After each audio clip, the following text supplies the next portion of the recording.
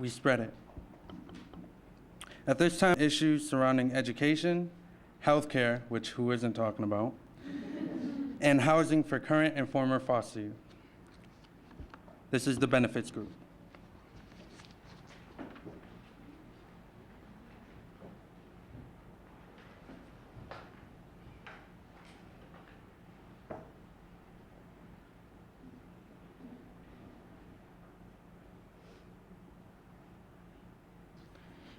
I will discuss some things with you guys briefly. Reaching the age of 18 and becoming an adult is one of the most predominant things in a young person's life, except for foster children. At this time in your life, the average child will be enjoying their senior year in high school and planning their college while enjoying the thought of being carefree for the summer. But for many children in foster care, it is not the same. For the children who grew up in the foster care system, it's complete chaos. Thoughts of immediate living arrangements the day after graduation. How will I fund my secondary education? And what will I do without health care? For children in foster care, this part of life is more stressful than being in care itself. This particular age group, which we are about to address, represents the youth that have spent the majority of their life in the state's custody and has no family or stability in their current or near future. These specific stories and stats will provide you with a realization of just how growing up in the foster care system is far more different than growing up in the general population. I now present to you Amy's story. Amy is 16 years old and has been in care since birth. Because she has diabetes and requires more attention than other children, she has been shuffled to more than 8 group homes in the first 5 years of her life. Amy, having been with her foster parents for 10 years, was doing relatively well. Aside from excelling in school, which seemed easy for Amy, her diabetes appeared to be under control. While Medicaid was not the best insurance, it kept her adequately healthy. Her foster parents adopted a toddler and no longer had the time or energy to help Amy maintain her diet or her doctor's appointments. For the first time, Amy was moved to an institution. Before high school graduation, Amy applied to attend Cornell, a school with one of the best pre-med programs in the country. She also applied to the local state university as a backup plan. Cornell is one of the most expensive private schools in the country, costing $38,000 a year for tuition without including room and board. Amy discovered that her ETV was only for $5,000 a year and wasn't guaranteed due to limited funding. She also learned that her Medicaid would not follow her to New York, and that her Medicaid would only be authorized until she turned 21 if she stayed in her home state. She had a hard decision to make: go to Cornell and receive the best possible education, but lose her Medicaid, or stay at the local state school until her benefits ran out and try to make it work. Amy decided to attend Cornell. Academically, Amy soared. But halfway through her second semester, she began experiencing complications due to her diabetes. She went to the university hospital where she was admitted, fell into a diabetic coma, and stayed in her coma for 6 weeks. Upon waking, she was discharged and given a bill by the hospital for $45,000. By the time she recovered, the second semester of Cornell had come to an end, and Amy had no place to go. She returned to her home state and was able to find a job working at a factory.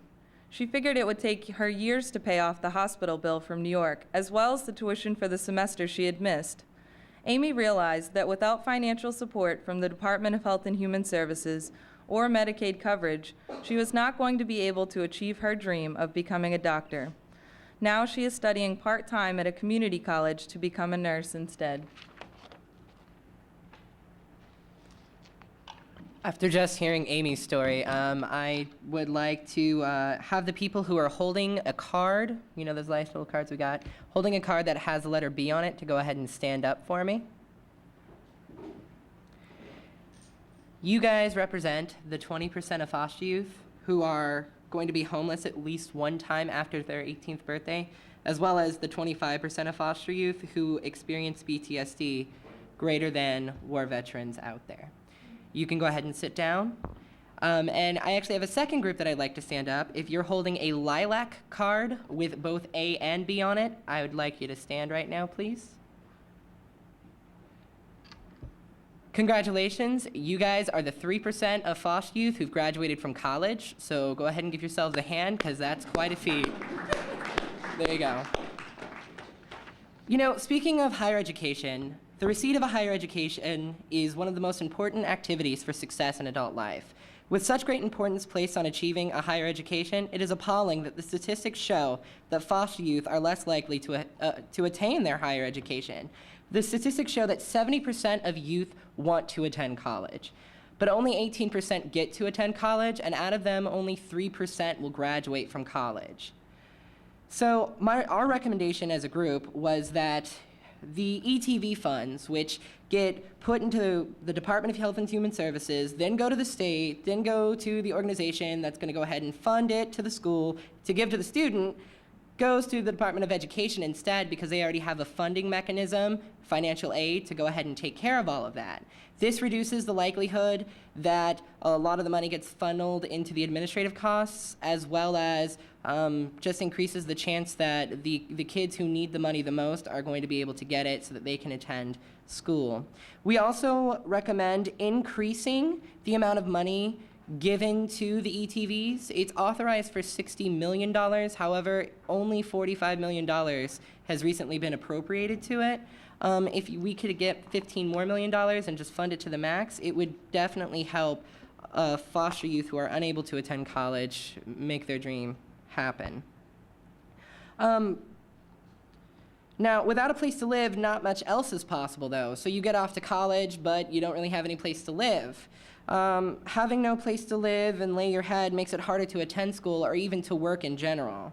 So some of the statistics show that 75,000 youth experience homelessness after foster care. About 67% of them report incomes of less than $6,000 a year. And the average cost for rent for an apartment in the United States for a one-bedroom is $600. And about 50% of these youth also experience unemployment after emancipation. So you can imagine that it becomes a huge issue trying to find housing when you have no money and you have no job. So some of our recommendations are that we use a set-aside of the Chafee funds equal to the 30% that's already been federally allowed to give to HUD so that they can create a program similar to HOPWA. HOPWA has services for housing as well as other wraparound services to help them with both emotional and mental health. So it really does give kind of a good support mechanism so that these youth can be successful. We also recommend that you provide a tax credit for 20% of the annual rent, or $2,000, whichever is lesser, for the landlords who provide housing to emancipated youth, because these people definitely need housing.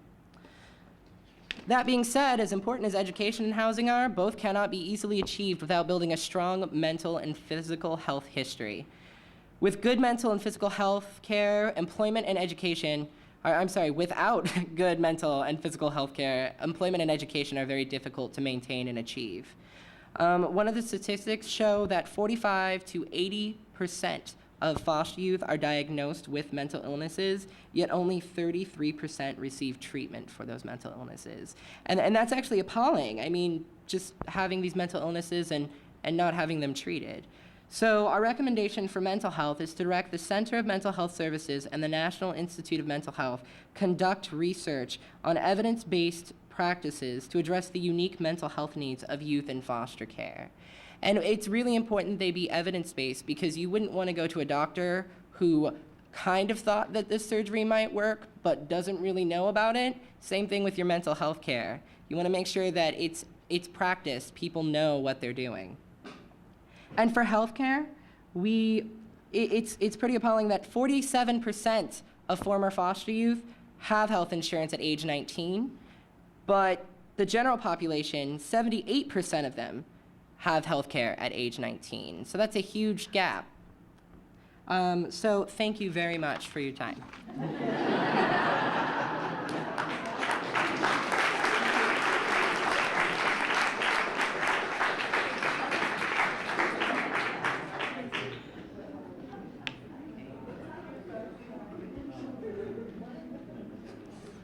No, he wasn't booted.